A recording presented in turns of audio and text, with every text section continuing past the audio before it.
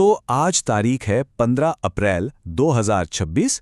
अब सोचिए, क्या सिर्फ एक दिन की सुर्खियां, मतलब जो हेडलाइंस हम सुबह शाम देखते हैं, वो हमें हमारे देश की पूरी कहानी बता सकती हैं?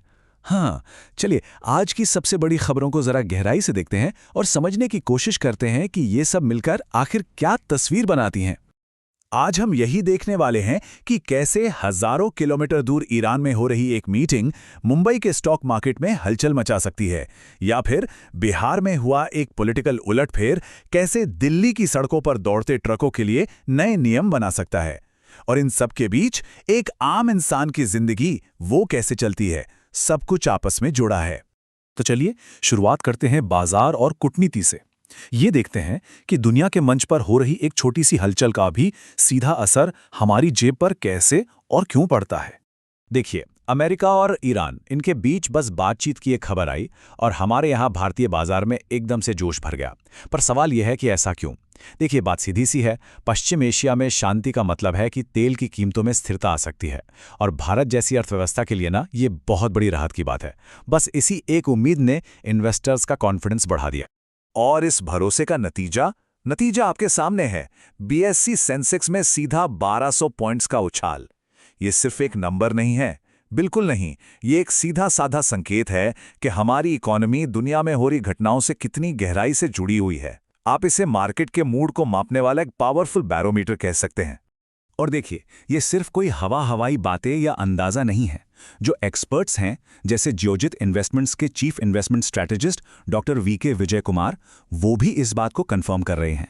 उनका भी यही मानना है कि जब दुनिया में खासकर जियोपॉलिटिक्स में शांति होती है, तो उसका सीधा असर हमारी आर्थिक स्थिरता पर पड़ता है, मतलब इकोनॉमी मजबूत होती है।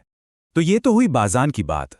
अब चलिए देश के अंदर झांकते हैं, देखते हैं आज राजनीति और सरकारी नीतियों के मोर्चे पर क्या कुछ बड़ा हुआ। सबसे पहले बिहार चलते हैं, जहां एक बहुत बड़ा पॉलिटिकल चेंज हुआ है। सम्राट चौधरी ने नए मुख्यमंत्री के तौर पर शपथ ले ली है, और ये कोई छोटा मोटा बदलाव नहीं है, बल्कि 2 दशक यानी 20 साल बाद राज्य में एक बड़ा सत्ता परिवर्तन हुआ है। अब एक और खबर, प्रवर्तन निदेशालय, जिसे हम ईडी के नाम से जानते हैं, उन्होंने आम आदमी पार्टी के राज्यसभा सांसद अशोक मित्तल के घर पर छापा मारा। जाहिर है इस पर राजनीतिक प्रतिक्रिया भी आई। पंजाब के मुख्यमंत्री भगवंत मान जैसे नेताओं ने इसकी कड़ी आलोचना की है और इसे पॉलिटिकल बदला बताया है। और आज से ही नेशनल हाईवेज पर एक बहुत बड़ा पॉलिसी चेंज लागू हो गया है। एक ऐसा बदलाव जिसका सीधा असर देश की पूरी सप्लाई चेन और ट्रांसपोर्ट इंडस्ट्री पर पड़ने वाला है। तो ये नया सिस्टम है क्या? इसे समझना जरूरी है। देखिए, अगर कोई ट्रक 10% तक ओवरलोडेड है तो ठीक है, कोई पेनल्टी नहीं, ये एक छोटी सी राहत दी गई है। लेकिन जैसे ही ओवरलोडिंग 10% से 40% के बीच होती है, टोल टैक्स सीधा डबल, और अगर 40% से भी ज्यादा है तो टोल टैक्स 4 गुना देना होगा। ये एक बहुत ही सख्त नियम है और इसका सीधा असर ट्रांसपोर्टर्स पर पड़ना तय है। अब चलिए पॉलिसी और पॉलिटिक्स से हटकर जरा जमीनी हकीकत पर आते हैं। आज का दिन कुछ लोगों के लिए बहुत भारी था। देश भर में कुछ दुखद घटनाएं हुई, उन पर एक नजर डालते हैं। एक बहुत ही दर्दनाक खबर दिल्ली से आई। रोहिणी इलाके की झुग्गियों में आग लग गई और इस आग ने एक पति पत्नी और उनके 2 साल के छोटे से बच्चे की जान ले ली। ये घटना एक बार फिर हमें याद दिलाती है कि शहरी जिंदगी में कितने खतरे छिपे होते हैं। उधर छत्तीसगढ़ के शक्ति जिले में वेदांता पावर प्लांट में एक बॉयलर फट गया। ये एक बहुत बड़ा हादसा था जिसमें 14 लोगों की मौत हो गई। जाहिर है इस हादसे के बाद इंडस्ट्रियल सेफ्टी, मतलब कारखानों में सुरक्षा के इंतजामों पर गंभीर सवाल उठ रहे हैं। और इन 2 बड़ी त्रासदियों के अलावा भी देश के अलग अलग कोनों से खबरें आईं। जैसे मुंबई में मेट्रो कंस्ट्रक्शन का एक बीम गिर गया, लेकिन अच्छी बात यह रही कि किसी को चोट नहीं आई। वहीं दूसरी तरफ यूपी की एक चीनी मिल में गैस लीक होने से एक कर्मचारी की मौत हो गई। ये सारी घटनाएं, चाहे छोटी हों या बड़ी, हमें यही याद दिलाती हैं कि हर दिन न जाने कितने लोग अनजाने खतरों का सामना करते हैं। तो इन गंभीर खबरों के बाद चलिए अब थोड़ा रुख बदलते हैं और बात करते हैं उन चीज़ों की जो हमारा ध्यान खींचती हैं, यानी खेल और मनोरंजन। देखते हैं वहां क्या चल रहा है। आईपीएल की बात करें तो केकेआर के लिए दिन अच्छा नहीं रहा। सीएसके के खिलाफ उन्हें सीजन की 4थी हार मिली। मैच के बाद कैप्टन अजिंक्य रहाणे ने भी साफ साफ कहा कि टीम को मोमेंटम ही नहीं मिला और बल्लेबाजी के फ्लॉप होने की वजह से ही हम हारे।